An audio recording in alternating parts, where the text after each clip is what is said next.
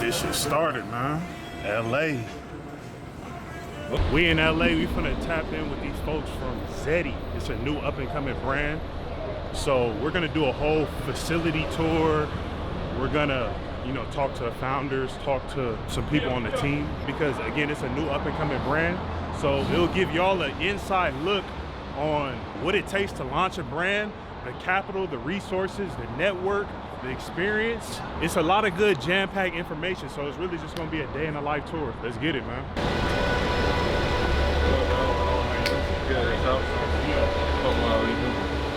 Your day-to-day like usually? Shit, bro.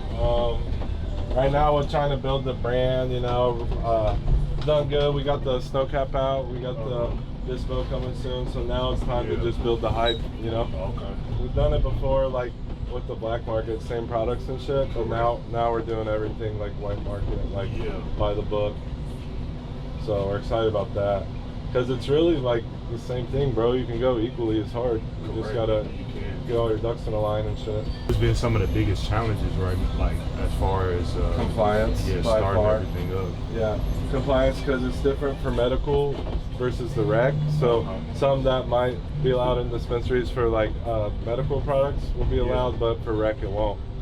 Yeah, like the snow caps, for example, because it has too much concentrates per container. Correct. So it's only like a medical product. Yeah. Why'd y'all start with snow caps? Like, it's just a product we're familiar with. Like I said, we've done them before, and like we had a lot of success with them. So we want to do that. It doesn't take nearly as long as like the disposable, like ordering all the hardware and all that stuff. So QC, all that. Yeah. So that's the next step. Those dispos will probably be dropping like 3 weeks max. How long you been doing this, like, in this space? Really, like, I moved down here in 2017, bro, so... Where you from? Ohio. Ohio. Yeah. You're from Oakland? Yeah, Hayward. Oh, okay. Hayward? Yeah. Oh, okay. Cool. How long have you been doing your thing?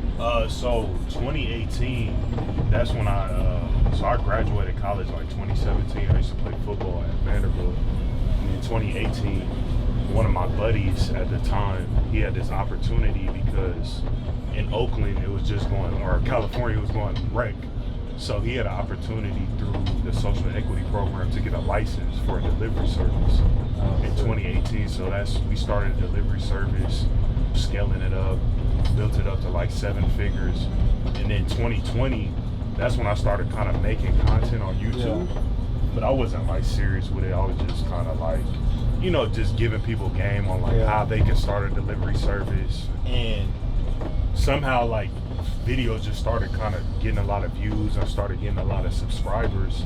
Over the years, I never really like went super hard with it. Like maybe I'll drop a couple videos every year, but then last year, well really the end of 2024, I was like, I seen I had like, a decent following and shit like that on YouTube. Like had like 5,000 subs.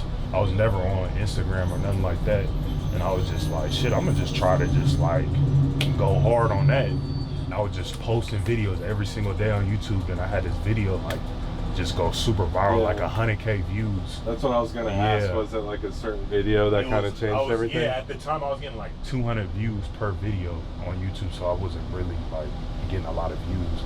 And then it was just like one video, like I think I posted at like 8 o'clock at night, and I woke up the next morning, I had like 2,000 views. I was like, what the fuck? And then it just 10,000, 20,000, 30. It was like hundreds of comments. Yeah. And then I started clipping that up and then put it on IG. And then, just started making content on IG, and then shit just started going viral, like 100K views, 300, and then that's kind of how everything happened. If you would have told me like 2 years ago from now, like I'd be here, I'd be like, nah, no way. So I never thought it would even turn into this. This internet shit overnight. Bro, it's crazy. It's overnight. Like, literally a couple videos can like change your life, really. You gotta understand, it's like, out of those, like 100,000, bro, so many millions of people in the world. Like, you know what I'm saying? It's gonna be those people that's gonna agree with you. And that's all I wanted. I just wanted to create dialogue, because whether you agree or you don't agree, it's always healthy to have discourse. You may have a way that you think is the best to build a business. I may have a way I think that's best to build a business, but you know, it's multiple ways to skin a cat. Technically, nobody's right as long as the results get, you know, accomplished. So I always looked at the cannabis industry like that way. It was always like only a couple people who kind of control the narrative. And like, once I saw like the engagement on the posts and things like that, I was like, damn, I'm kind of giving a voice just to, you know, the regular person in the industry. Since you've done it, like, have you noticed a lot of people are trying to like kind of do what you're doing, like copycat in a way, like because they see it working? Yeah, I wouldn't say, you know, copy, but I see that they realize that. I mean, I put the blueprint. It's like all you gotta do is just talk on your phone. Yeah. You know, about the industry, about like your experience and what you've been through, and you're gonna get views. Yeah. So that's why I'm kind of trying to switch up my game plan and do more shit like this, like talk to founders in the space, interviews, like farm tours, facility tours. Like I'm trying to, you know, switch it up because it's like you gotta always reinvent yourself. You know, definitely. And I mean, you know that. That's why you started a legal brand. But they always say this shit won't last forever, you know. And there's no way to really tell when or how. But it's like if this is all you know, or like what you're best at, you know, you might as well figure out the way to go legit and like solidify yourself versus like just waking up every day, knowing whether you're gonna be in this work forever or not. You know? Why'd you decide to make that switch, going legal? It's just, you know, better, you sleep better, fucking, you can really get the same result, like, and then from there you can like try to make other businesses with the same blueprint. Even Elon Musk said like, drug dealers know how to run a business better than like 90% of people or some shit. Yeah. What do you think of BizCon? I feel like it's like dying. Like, I don't know. Like, I went the year before that, and it was like a lot more people. It's like, I feel like it's getting like less and less people to come every year. Where do you see this shit going in like 5 years? Federal legalization. Yeah. If you have a brand, you're gonna be in the best position to capitalize. Like, you need to have some type of asset. And really the only valuable asset is like a brand, because I feel like a dispensary, it's somewhat of a brand, but anybody with the right knowledge can kind of like start a store if they have the right real estate. And, but I feel like a brand is like it would be the hardest to, like somebody like Cookies. If you can pump $1 billion into something, you couldn't get the same effect that Cookies has, or Runts, or Lemonade, or any of these brands. Somebody who's starting a brand, what advice would you give them? Definitely find like your niche. Like that's the #1 thing. Like, you gotta find what works for you, because like there's people that can sell shit that I could never fucking sell, and vice versa. You know, it's all about your demographic and shit. Like, you gotta figure out what specifically like you can go crazy in and attack that, go super hard in that, try to stay laser focused on that. Always complete something 100%, don't do something like 50-75%, then start on something else, you know? Like, you're gonna have a bunch of half-done shit, you know? So where do you see a lot of people going wrong? Probably that, and like not being laser focused. You came at an interesting time, because it's, you know, it was like initially, of course, when everything went legal, like everybody had a brand, everybody had a dispensary. And then you seen the ones that, you know, actually had a plan and like actually had a strategy. Like, those are the ones that rose to the top, and, you know, probably 90% of everybody else fails. Starting out, you've been able to see like, okay, what's worked, what didn't work. I feel like it's probably the best time to start a brand. No, for sure. Yeah. Especially if like you said, in the next 5 years, that's where you see it going. If you already have a brand, you're going to be in the best position possible. Like, you're already solidified. Because I see it going even further. It's going global. Like, I mean, if you want to talk about that, it's in Germany, it's in you. Like, I got people that hit me up every single day, dozens and dozens of people every week. Hey, I'm in Netherlands, I'm in Germany, I'm in UK. I fuck with your content. When are you coming to, like, it's global now. Like, so that's fire. I would say fuck federal legalization. It's like, I would be trying to build a global brand, because that's what a lot of these, you know, the Backpack Boys, you know, I'm cool with them. Cookies, Runts, you know, all these exotic brands and things like Be Easy. It's like they've been able to get their shit global. You said that you paid a lot for promo. Any horror stories with that? Because Because I heard a lot of things Any about horror like, stories? yeah, like paying, like you were doing like rapper promo. Or? Yeah, rapper promo. Like the best promo ever in the world, hands down, bro. Like you said, came at an interesting time. Really came at the best time of all time, bro. Fucking Cali plug, bro. Fucking Cali insane. Plug, bro? Changed my life overnight, bro. Like you said, like this internet shit can change your life overnight. That shit changed my life overnight. Like he wasn't even selling promo at the time.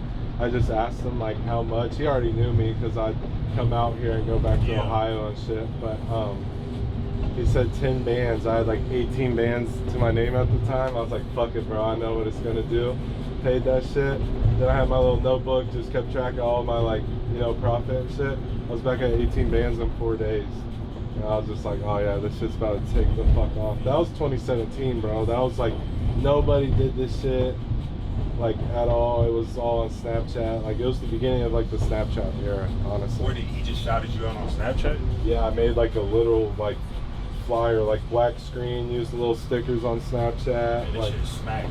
bro, before I even got up from the table, I met him at this restaurant on Sunset Boulevard. Before I even got up off the table, like only had like a 5-10 minute conversation with him. My shit was already like, you know, on Snapchat, it'll stop saying after 99 how many people added you. I was clearing that. I cleared that like 6 times before I got up from the table. Like, oh, so he shouted you out right then and there after right you then gave him and the there. money. Yeah. That shit was insane, bro. So Just that one promo just, that's when you just went crazy. Yeah, like the next morning I woke up, I don't know if you like fucked with Snapchat heavy back then, but like it would say, when you typed in someone's name, it would say add, or if they had enough subscribers, it would say subscribe, like instead of add. And then even if they added you back, you would pop up in the subscriptions, like in the stories. So like people you were already friends with, like think you removed them and shit because you're popping up in their subscriptions versus like the friend stories. It's so potent. I couldn't believe it. It was like the best opportunity that could present itself ever, like in my life, you know. And then how did you scale from there? Just like, well, it was all like a learning process too, bro. Like, I didn't have like no mentor or someone showing me how to do this shit, you know. Like, a lot of trial and error. When you did that shout out, you were in Cali or you Yeah, were? yeah. Oh, you had already moved out I here? lived out here and everything. Fucking thugged it out a couple years trying to figure it out. Yeah. Almost went home so many times, bro. So many times. Damn. Yeah, it was But you tough. just always knew it was gonna work out? Hell no. Oh. I just didn't want to go back to Ohio. Yeah. What was like your story? Pretty much was in Ohio, you know.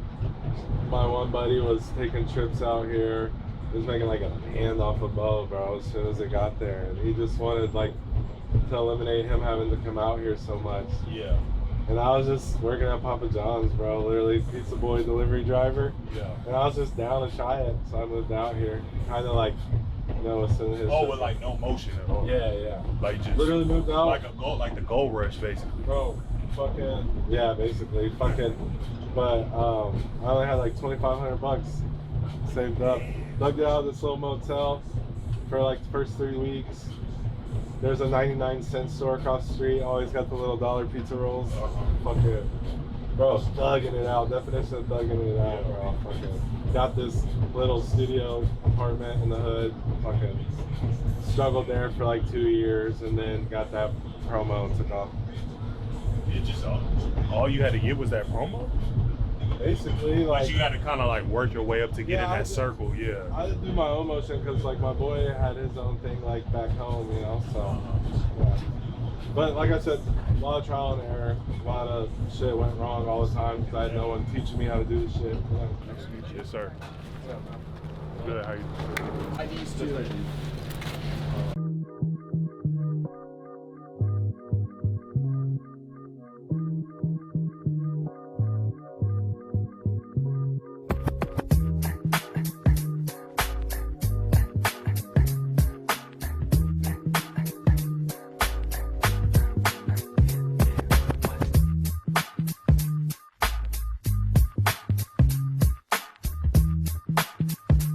What's going on, y'all? We are with ZETTI. So today we're gonna walk you through the process of how they make their proprietary snow caps, correct? Yes. With my guy Blake. What's up? How you doing, man? Good. What are snow caps? Snow first? caps, pretty much all they are indoor flower.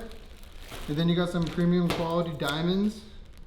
Pretty much mix these together and you get a snow cap. Okay. So what's different from snow caps compared to just regular flower? Like, why have they gotten so much? So Because I've it's heard just- a lot about them. Because of this diamond, it tests so much higher in THC. This is like 99% THC. So it's gonna test way, way higher. And you got the indoor smalls testing like 30%. Together, way higher percent. Blowing your socks off. Oh yeah. Okay. So can you walk us through this process? Like, how is this Yeah. all formulated? How is this made? What makes your snow caps different from the rest of the markets? Oh yeah, so pretty much what makes ours better is the premium quality. As you can tell from these diamonds, they're amazing. Yeah. Quality of these indoor smalls, just absolutely incredible. Great nose, great color. Candy ends. Exactly, Yeah. exactly. So we're gonna take some of these, take all these diamonds,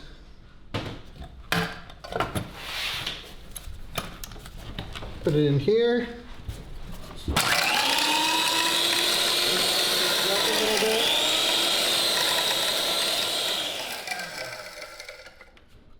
Pop this off. We got a nice THCA powder. Pure THC. We already got some mixed up right here. That's already weighed out to exact measurements. Yes, sir. So we're gonna take that, pour that in. So is there like a specific ratio that We do, we have a proprietary ratio. We're not It's gonna real say sauce. exactly, Okay, yeah, okay. yeah, yeah. Real sauce. Take that up. Burp it. You gotta burp it, get it all mixed up in there. Don't mess up the bud. And I assume you guys are doing this like Other machinery. commercial. Yeah, commercial you're not grade doing this machinery. each pound. No.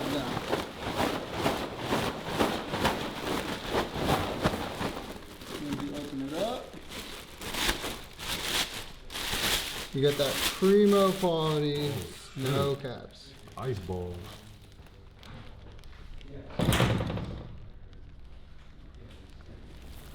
Oh, that should look good, man. Look good, smell good. Yeah.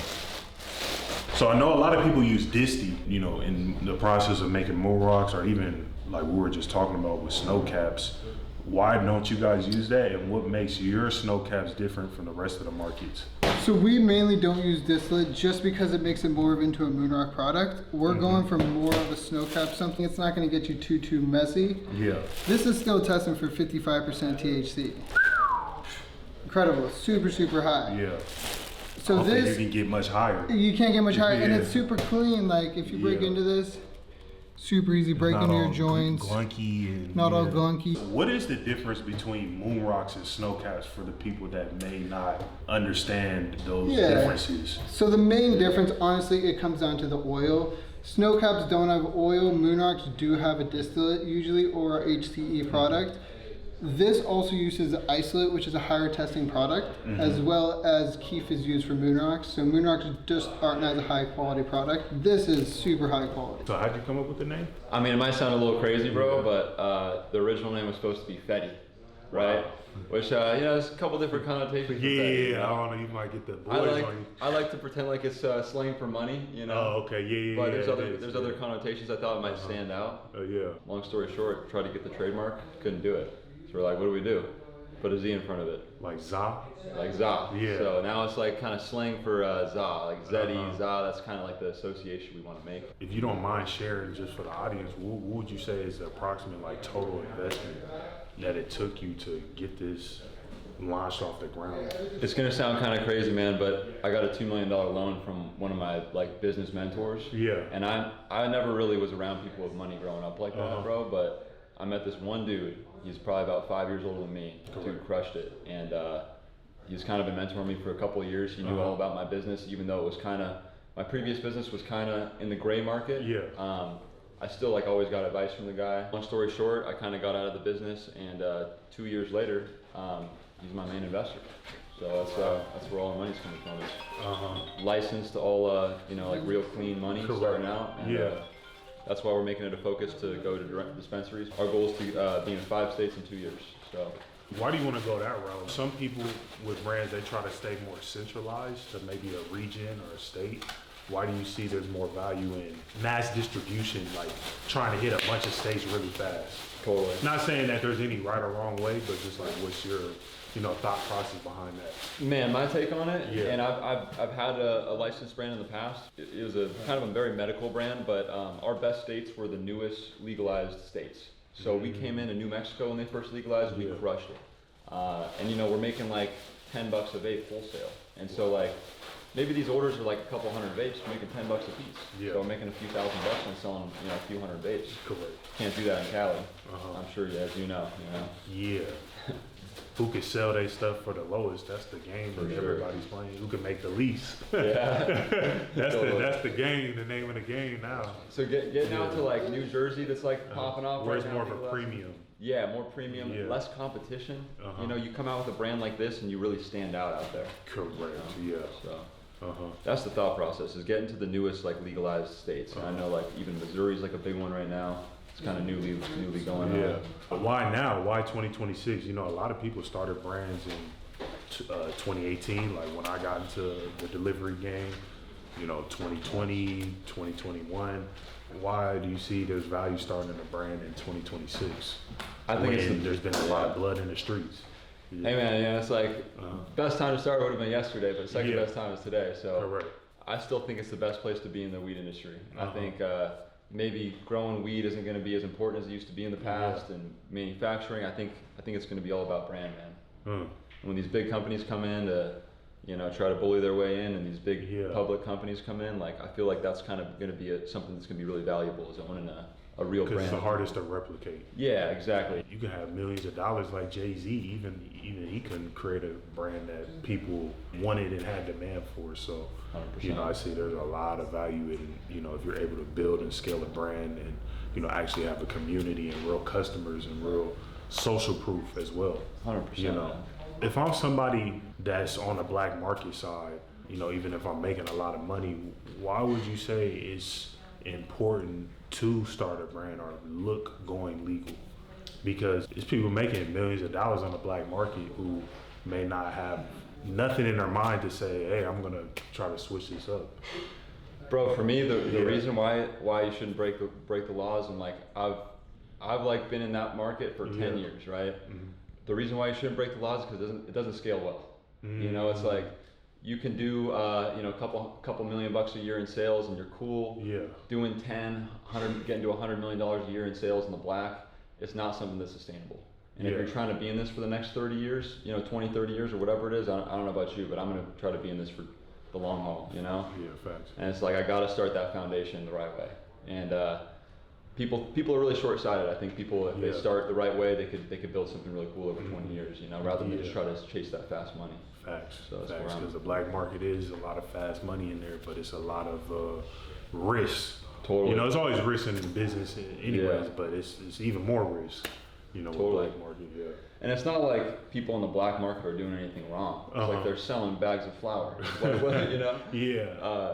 but like, my whole thing is like, man, it's not super sustainable. It's not going to scale well, right? Correct. Like, but I don't think people are doing anything wrong doing that. Definitely. It's just, got to people start that put the foundation. laws in, that's just the things that we have to abide by. Totally, bro. Like morally, like those people are like straight, but like the laws are just fucking. It's annoying. It's a new industry too, so it's like it's just gotta dodge and weave with the changing laws. How do y'all plan to be different than 99% of other brands in the space? So some of our products, we don't have them here, bro. But like, even snow caps, like it's not a super like run-of-the-mill product. We're kind of trying to crush it with these things that are like a little bit on the peripheral of like the most common products, right?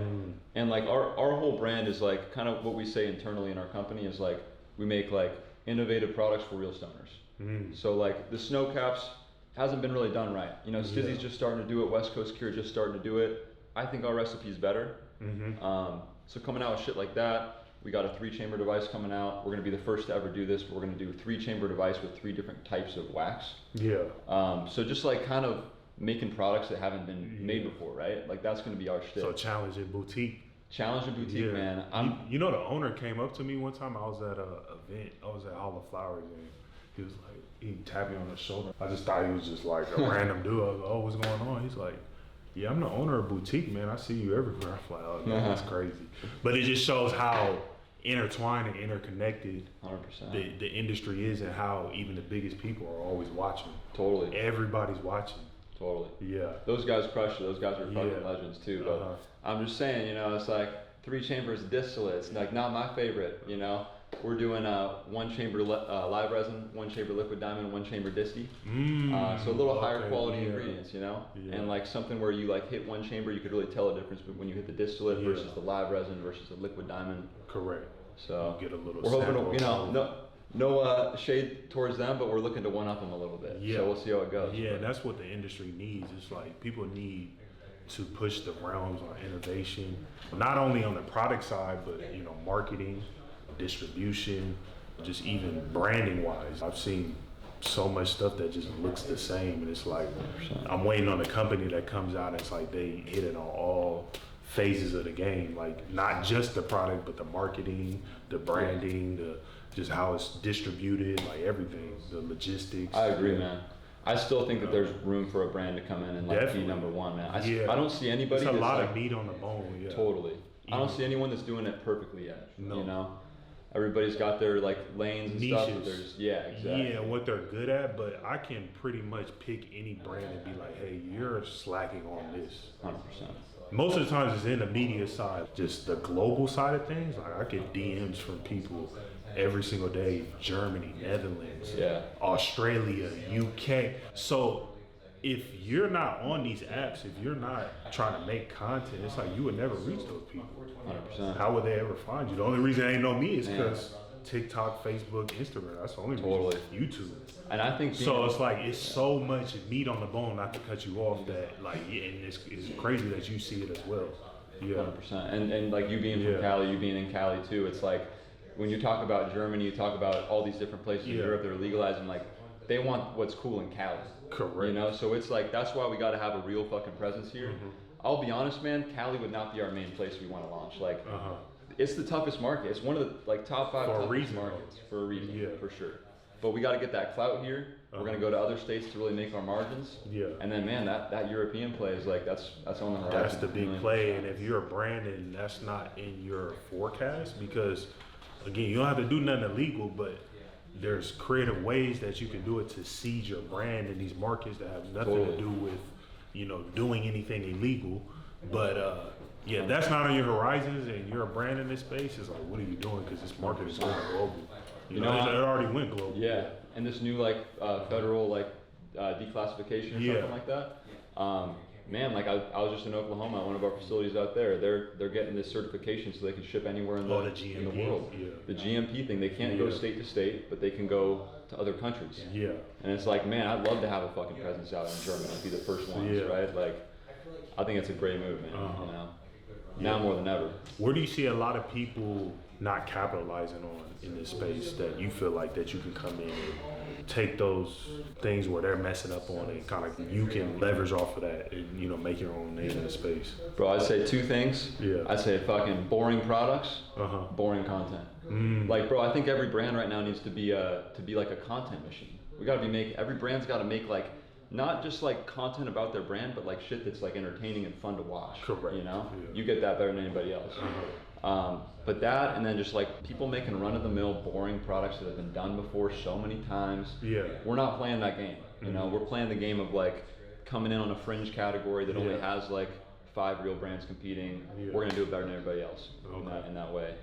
And then we're gonna make doper content than everybody else. That's kind of the plan. That's a great strategy. Anything that has content in it, like, I'm a fan of that because I know it works. Like 100%. I can attest to that. It definitely works.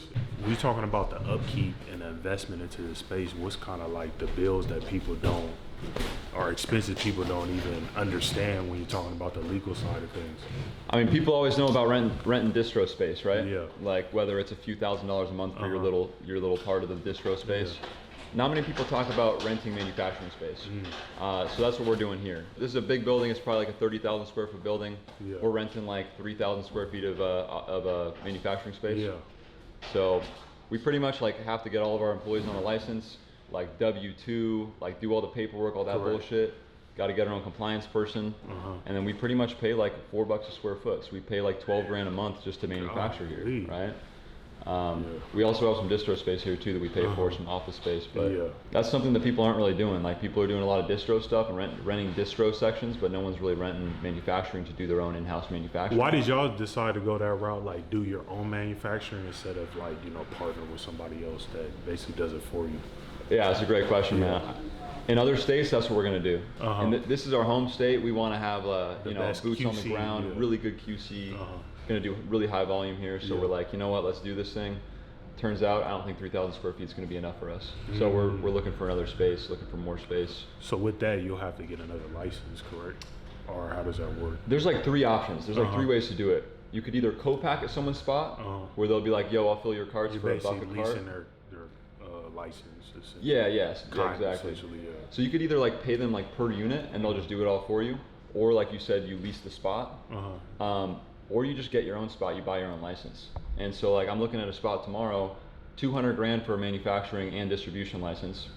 It's attached to this building in downtown. On top of that, the rent's 20 grand a month. Does it come with equipment? No equipment. No. Damn. But man, 8,000 square feet, you know, and you can do whatever the fuck you want. You know, there's a lot of politics with being in a space with other people. It might pay off to have our own space, so we'll see. Correct. I feel like definitely where the market is right now, it's like you want to be as much hands-on as you can, because I feel like a lot of people just did it wrong. You know what I mean? Trying to be cheap, trying to cut corners. So it's like if you're trying to push any type of real quality, especially like you said in your home state, it's like you want to be as close to the product as possible, like every 100%. Step, you know. And also, and I feel like a lot of brands, like how you were able to kind of walk me through the process, I bet there's a lot of brands that make similar products to you. They have no idea, like 100%. How the product's made. They couldn't explain to you, like, okay, we're doing this process because of this. It's really good that you're educated, the whole staff is educated on why you're doing things, you're intentional behind it, and you understand every step of the process, because it goes a long way for the customer. Bro, yeah, my whole staff, we came up off of bootlegging carts back in the Sesh days, right? Yeah. So like my whole team, to do a manufacturing space in a licensed building, this is like a fucking dream come true. It's like we got actual like warehouse floor, like forklifts, like nice floor plans, something we're not used to. It's a nice little treat, you know? For a lot of these other brands that have never done production, it's like probably best to just pay someone to do it for you. Like pay someone $1 a cart, they'll just charge you $1, and they'll just send it back to your distro whenever they're done, you know? Yeah. But the trade-off is like, you know, our production cost is like 35 cents per cart if we can do it in-house and do like really high volume. So you save money, you gotta know what you're doing though. But it's a bigger investment up front. Bigger investment up front. Yeah. So you talked about expanding kind of your warehousing and production. Would you ever entertain doing co-packing for other brands or white labeling for other brands? Man, so it's funny. My lawyer hit me up a couple weeks ago. He's a big cannabis lawyer. Yeah. And he's like, yo, my boys at, they're also my clients. They need a new co-packing space. Yeah. And I guess they had some issues, something to do with like where they were getting their oil. They got like some sort of little mini recall. And so they had to get out of their facility. Yeah. I was like, man, I'd love to take on the job, but you know, I don't have enough space. So when we get the next warehouse, the 8,000 square foot warehouse, I think we can make something like that happen for sure. Yeah. Yeah, I'd love to do it. Do you think it makes more sense to do co-packing? I guess you're kind of biased, but maybe walk people through the differences business model wise when you're talking about co-packing or white labeling versus, you know, just having your own brand. I think you got to have your own brand. Yeah. If you don't have your own brand, how are you going to sell to dispensaries, right? Like, you got to have something to sell. Like, that's first and foremost. And you can't sell turkey bags to dispensaries. Yeah. So like, make a fucking bullshit brand, get a little media behind it, just so you got something to sell. So start now. Yeah, start now. It's like we said this earlier, but like best time was yesterday. Second best time is today, you know? Yeah. You got to have your own brand. Otherwise, you're just co-packing, making little pennies and nickels off other people's brands. Yeah. That's what I tell a lot of people that's like moving bags and stuff. It's like, if you're doing a lot of volume, why not still push like maybe your own brand on the side at the same time? Because who knows, after 3, 4, 5 years, that brand that you pushed and got into so many people's hands because you're doing so much volume, it may have scaled into something bigger than what you ever would imagine. So it's like, Totally. I definitely agree with that. It's like, why not push a brand, even if you want to do, you know, all this co-packing or moving all these bags and stuff. It's like, still push your own shit at the end of the day. 100%. Because if it all falls down, your whole business is at will of somebody else. 100%. Like if you have no more bags that you can get, or you know something happens like with that farmer or something like that, it's like 100%, man. it's over with. You know. And also like what's gonna keep your customers loyal to you? Yeah. In a world where there's fucking debt farms accessible to every OT out there, right? Yeah. It's like it's got to be brand loyalty. There's to a degree, loyalty, you know. yeah. So, man, back in the day, Yeah. Cali plug, man. You know, he's doing his thing. He's on Snapchat. He's Yeah. going to the post offices, doing crazy hood rat shit. Uh-huh. And he puts this announcement out. It's like he's selling 10 shout outs, 15 bands a piece. Uh-huh. And it's like, wow, that's expensive, man. Like, you know, can we afford it? How many times did he do a shout out before that? That was the first time he ever did a shout out, man. Oh, he never did a shout He out. had never done a shout out really Uh-huh. before. I think he maybe done like one a or couple two a small year. ones or something. Yeah, exactly. So he announces this thing, right? Yeah. And I pull up to get this shout out. I see a couple of my boys there. I see a line of 10 people. What? I'm like, man, this guy sold 10 shout outs, 15 bands a piece in one day in 2 Yeah. hours of work. Uh-huh. 150 bands, whamn.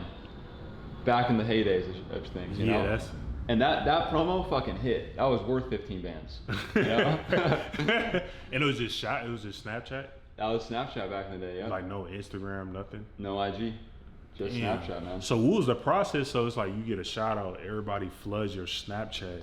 Yeah. And then were you trying to, they didn't have Telegram back then, right? Those days were crazy, man. It's like every So day. then you how had do to you kind of repost. keep Every day track of? repost the entire menu. Was you got like an every day. Excel sheet or something to like kind yeah. of keep track of your customers and stuff? 100%. Yeah. 100%. Uh-huh. That's why when I met my partner, this guy, Yeah. it was just a name on Snapchat. There's nothing else besides just a random username. And then when did everything transition to Telegram?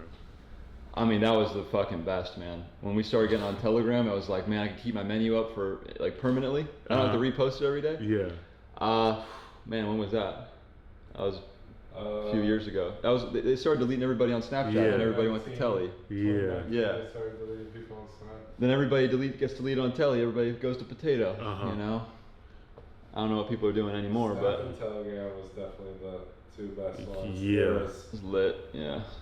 So you said that you started another licensed brand. What did you learn from that? I learned. Or is it still around? Or Yeah, it's still around. I'm just trying to be like, you know, it's like, people will know who I am if I start. oh yeah. I mean, you know, that really showed me behind the curtain, so I was able to see how you can run a licensed legal brand. You know, I think everybody that's trying to start a licensed legal brand needs to just jump into it with somebody, with a group of people, just to like learn the ropes. Yeah. You know, I learned how to structure everything.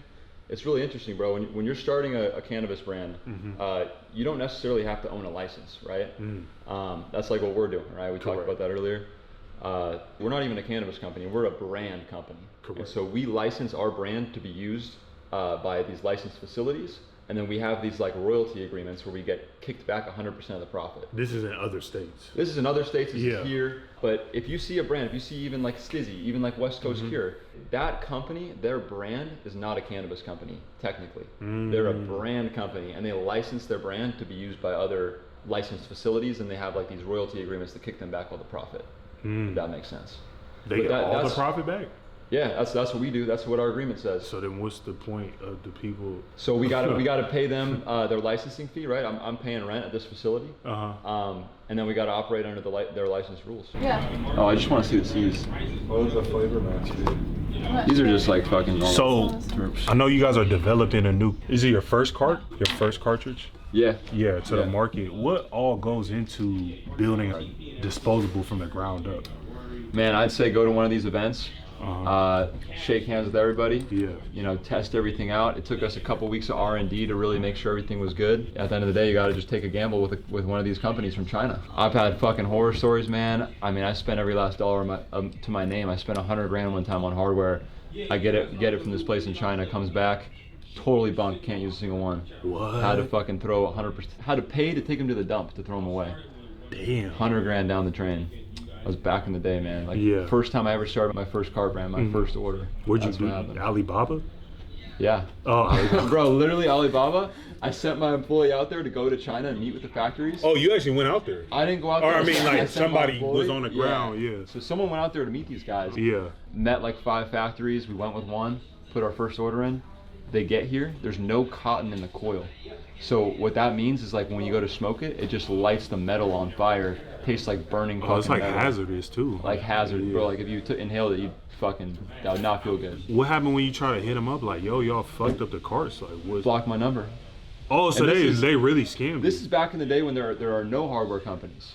It doesn't exist, right? so Like, they we're for real we're trying to scammed you. find it from fucking China, like Yeah. ourselves, right? Like the only cart brands out at this time are Dank Vapes, Exotic Carts. Uh-huh. These are like old. This is like And it's probably hard 8 years to, ago. and they're not giving out their manufacturers and stuff like that. Yeah. Not a chance. Yeah. It's not like you just going to Alibaba, Dank Vapes, Yep. manufacturer. not happening Yeah. anymore. Uh-huh. Or back then at least. Back then, yeah. Damn, that's crazy. Now you go to these events, there's Yeah. like 100 different hardware companies, and you just pick your favorite one, and they're not gonna fuck you over most of the time. Yeah. But at the end of the day, it's still a gamble, you know. What goes into like the formulation of the strains and flavors? So I know we're looking at, I guess these are some terps, botanical terps. Yeah, these are botanicals. These are Yeah. some samples we got. Uh-huh. So what we're really doing is we don't use a whole lot of botanical terps. We use a lot of cannabis-derived terps. Cannabis derived. So we'll use a cannabis-derived base. Yeah. And then we'll put like a little, like 2% of like some sort of, like you got, like, I got a frozen grape flavor in my hand, right? Just to push it over the edge, give it a little bit of flavor, but keeping that real weed taste too in the cart. What's it called? HTE? HTE, yep. Yeah. Yep. Okay. So we don't do anything with full distillate. We're always making sure that we're doing a blend of at least 50% HTE, 50% distillate. Okay. And then we turp out a little bit just to give it like a little bit of a flavor. Can you break down all the, I guess the different types of carts or disposables? I know you got live resin, you got rosin carts, of course you got distillate carts. Yeah. We're hearing a lot about HTE. Like maybe if you could just break down like all the different types of disposables that are on the market. Yeah, I'd say 3 categories: Uh-huh. live resin, distillate, and liquid diamonds. Liquid diamonds. And okay. there is HTE, but HTE could also just be live resin. And so like with the HTE that we use is live resin. Okay. All HTE is high terpene extract. That's like a pretty broad category. I'd say the best ones on the market, and then there's hash rosin, or the rosin disposables too, right? So our device, we want to really show people the difference between each type of wax, right? Yeah. A lot of people will smoke a liquid diamonds vape. It says it's liquid diamonds. It's probably not real liquid diamonds. It's probably just like what they put on the packaging, right? Yeah. Same thing with live resin. They're not using real live resin. They might be using some like weedy HTE flavor, Yeah. but it's not real live resin. Uh-huh. So like what we're aiming to do is do like 1 chamber distillate. You could really tell like what the distillate is. 1 chamber live resin, super strong, very fresh taste. And then 1 chamber with liquid diamonds in our vape. And that's about to kill the game right there. Man, that's the plan, man. Every type of extract has its place, right? Like, I was on a flight last night coming back from Oklahoma. I didn't want to smoke a live resin vape in the plane, right? I'm trying to rip my vape a little bit. I want to be smoking distillate. It doesn't have that smell, right? If I'm in a fucking library, I'm not trying to smoke something that smells super loud, so I'm hitting my disty, right? As soon as I touch down, as soon as I land, I want to rip the live resin. I want that flavor. I want that full body experience, that full body flavor. Yeah. Liquid diamonds, same thing. Liquid diamonds is just like a stronger version of distillate. Still has a little bit of that weedy taste. So it's like every type of extract has its place, and like our vape is designed to like mix and match your own preference, or you could like change whatever. It's like 3 vapes in one. Is our goal. No, I haven't seen that on the market yet. So y'all better hurry up and drop that, because you already know once you drop it, everybody else is gonna follow. 100%. And like, that's what I was talking. I think we were talking about that earlier. It's not much innovation in the game. It's like a monkey see, monkey do. Everybody's just trying to see what's in it, and they want to go see who can copy it the fastest. So 100%. yeah, I think you guys got something as far as something that's new on the market that I haven't seen. Yeah, appreciate it. So I'm seeing snow caps on the market a lot, and I got with me ZETTI, an up-and-coming brand in the space, and then 2 other large brands who sell and produce snow caps. We're not gonna name them. Just off first looks and first smell, they're using smalls just like ZETTI. Say that in comparison, there's a lot more THCA dust on the flower. And then just as far as ZETTI using actual glass instead of Mylars, the dust doesn't stick to the packaging, which is a plus. And then this other large brand, it smells like some OG or something, but yeah, they're using big buds, but there's not really much dust. So what would you say kind of differentiates yourself from, you know, other large competitors in the snow cap space when it comes to your product? You know, I'd say it's because we use 2 ingredients. You know, we use indoor smalls and we use the THCA powder. Mm-hmm. Our THCA is a little special because you saw it get made, right? Correct. It's like the real diamonds, yeah, where we like grind it up. A lot of these companies are buying this like pre-mixed like flour. It doesn't have that same smell, doesn't have the same consistency. Mm-hmm. And so that's kind of like how we're trying to stand out. We use like better quality ingredients. It's simple. We don't use anything to bind it to the flour. Yeah, because you just threw it in there and shook it up. Yeah. And that's because of the type of isolate that we use, the type of the diamonds that we use. It's just like naturally, it's got a little bit of stickiness on the outside, so when we grind it, it's not perfectly dry, and it sticks to that flour really good. How does the flavoring work when you're talking about being able to flavor like 16 different strains, I guess, in a pound? It's tough, man. We got to source 16 different types of flour, and then we got to have 16 different types of cannabis-derived terps. And so we're using a blend of cannabis-derived terps and botanicals to spray on there too, to give it like a little extra flavor. But we have to source different types of flour for each different flavor. Wow. And that's so it's not just all LCG and no, exactly. Oh, okay. Yeah, it's part of being on the compliant, white market is you're having to strain match things a little differently. So because each botanical terp can react differently to each flower strain. Yeah, it totally. Can kind of mess up the flavors, even if it's like a lemonade flavor, but then you put it on like a OG or something, it could. So technically, we can't take one type of flower and make 2 different types of snow caps. Oh, is that like compliance? That's like some compliance stuff. Oh, wow. So it makes it tougher, but it makes our quality control have to take a step up for sure. So that's why you can really tell differences between flavors as well. Yeah. When it comes to like what other brands are doing, why do you see like yours is superior to, these other large brands who've maybe been in the space, have been in the space a little bit longer, but like how do you plan to kind of mix up the game and be the leader in snow caps? 100%. I mean, I'd say the test results speak for themselves, and it's like our stuff's testing higher than these guys. We don't have a testing label on that batch, but we're hitting 55%. That's like taking a dab. You roll a blunt of this stuff, it's like every hit, it's like taking a dab. So that's like the real deal. You got some of these other brands, they're like messing around anywhere from like 35, 45%, but we take it up a notch, for sure. Take it up a notch a little bit. Why did you guys decide to go glass jars instead of Mylars? Just like you said, man. Just Mylars sticks to the side, not quite as good quality. Packaging's our thing, man. We like a nice presentation, so that's kind of what we're doing. And then why did you guys go 28 grams instead of, they're doing a 7, they're doing a half.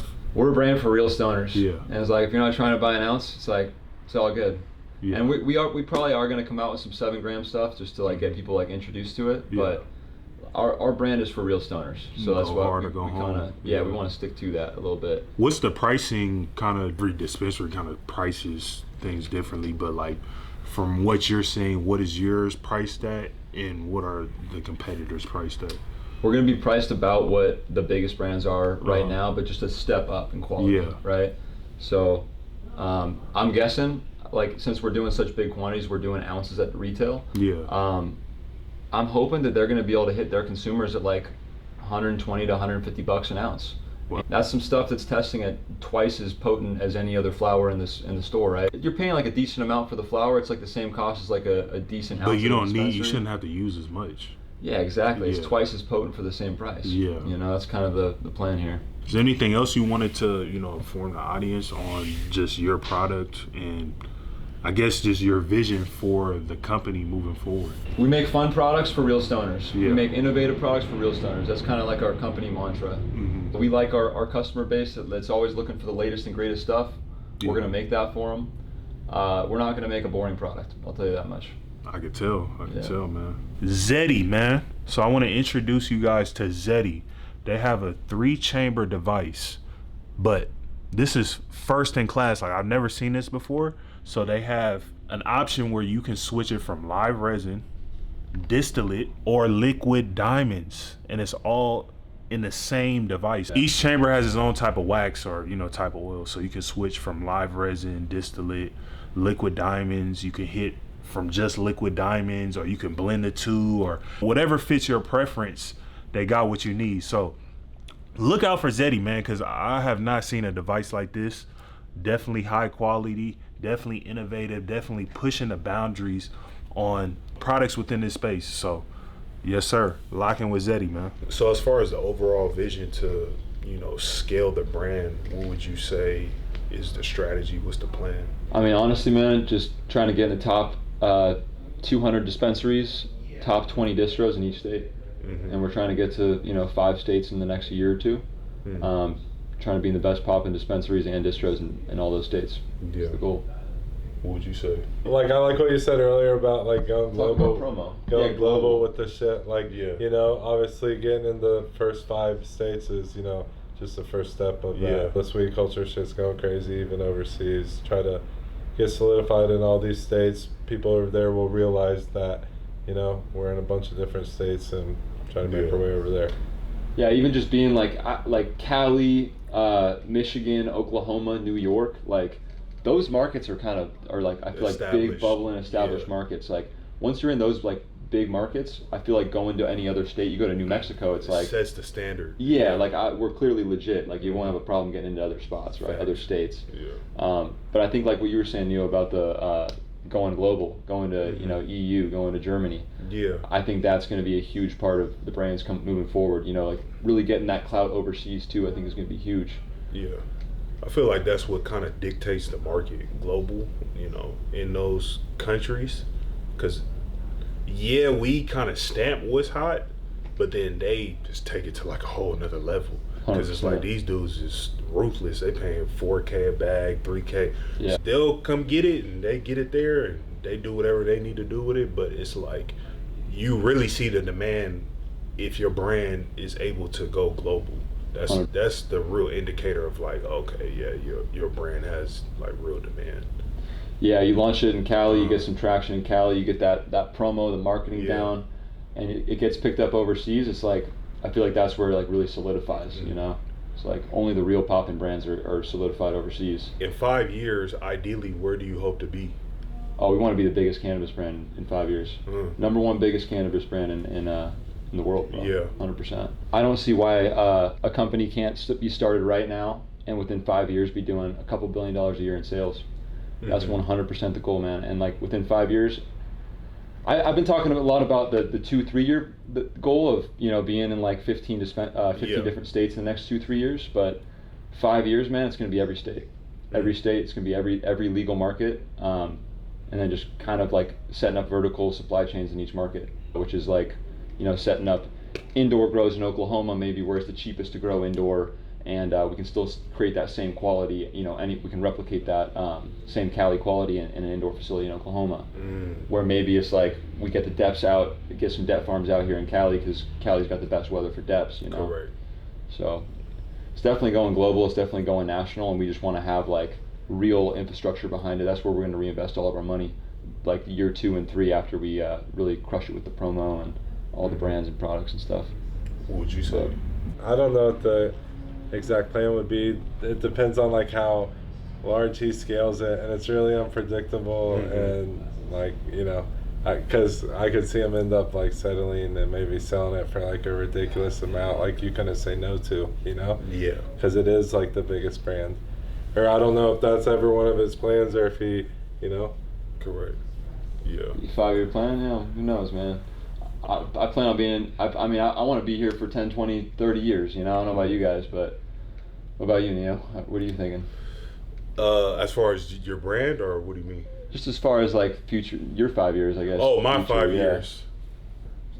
Really just, same thing. Who doesn't want to be the biggest? Like, if you're a competitor, it's like, you want to be the best in everything that you do. Like, you don't do this just to make minimum wage. Like, we do this to get rich. Like 100%. Anything I do, I'm trying to get rich. So, anybody that I align myself with, we gotta have them same goals. 100%. And in order to get rich, you have to try to be the biggest. Bro, if I'm calling it right now, 5 years are gonna be the biggest.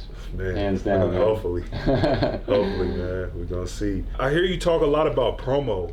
Like, I don't really hear too many other brands, really anybody in the space, dispensaries, farms. Like, a lot of people don't understand the power of marketing. Like, why is that something that you keep harping on?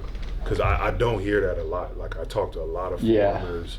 I talk to a lot of distros, a lot of dispensary owners, a lot of brands, and they don't really understand like how powerful like having a strategic rollout and like a real marketing plan is. Yeah, totally. But it seems like you do. It's something that you've always been saying from the second I met you. Man, I'd say year 1 and 2 for a brand, every fucking dollar of profit's going back into promo. I don't care if your brand makes 100 grand, 10 grand a year, 100 grand. I don't care if your brand makes $5 million his first year. 100% of that money, take it on the chin. Don't live too lavish, and reinvest it all into promo. I was telling you, like, probably year 3 and 4 is kind of when you can maybe get set up with like vertical integration, doing more like manufacturing. But you got to get your brand known, and it's like the best way to fucking make a poppin' brand is to sell a lot of units, and it's like what comes first? Yeah, 100%.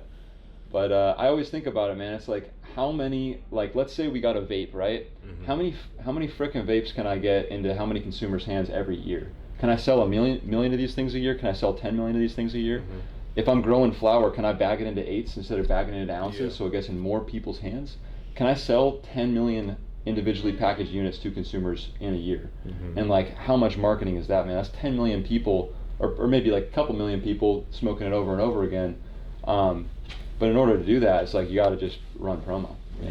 Number one thing, 100%.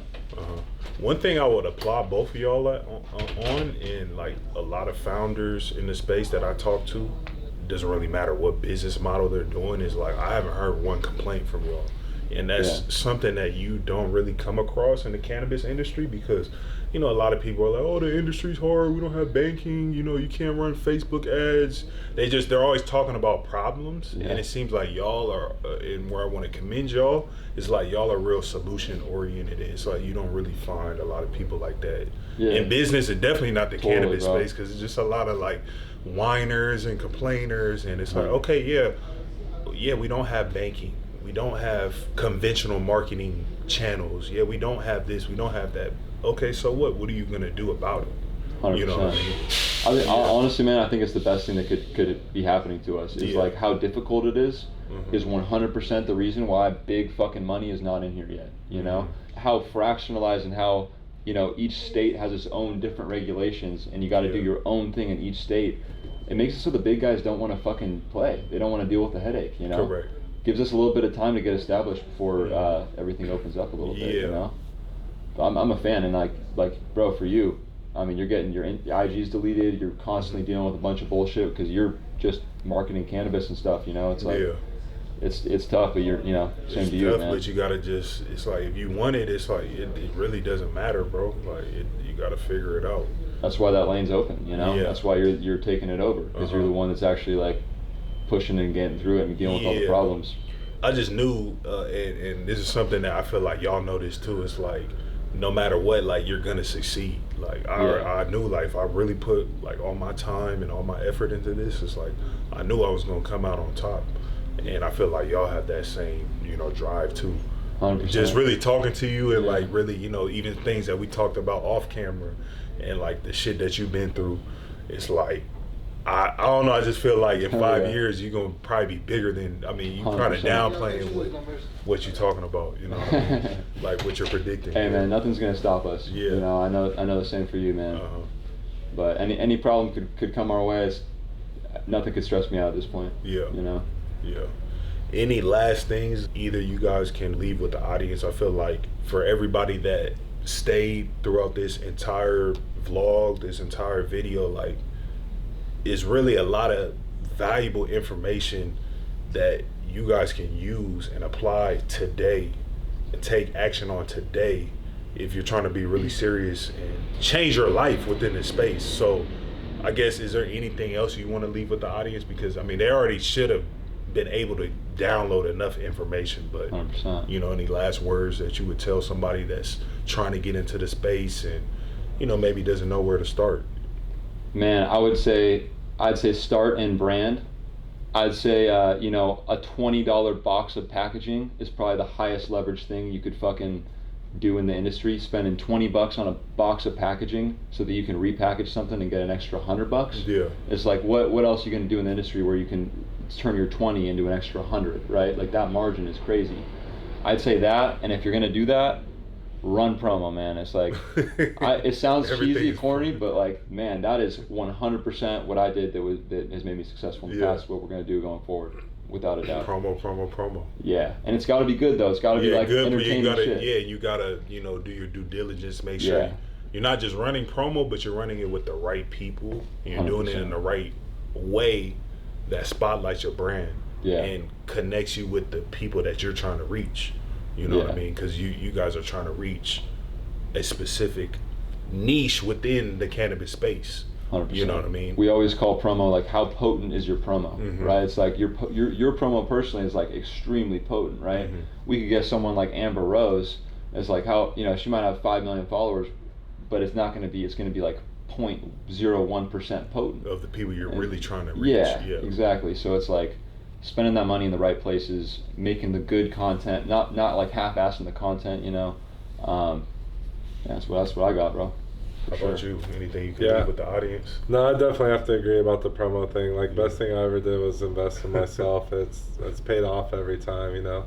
Yeah. Like I told you earlier, my first 10 grand investment, I made it back in 4 days. And like, before I made that investment, that amount of money was the most I ever had in my life at one point, you know. So it was crazy to make it right back, you know. Yeah, spending your life savings on promo, it makes your stomach like turn a little bit. But literally, that's what we were doing, spending our life savings on fucking promo down to our last dollar. You know, like, and that's what made. But it at the end of the day, it's really the narrative that I want everybody to leave with is, it's not really about promo. It's about investing in yourself, because y'all built this brand. Like, you started it.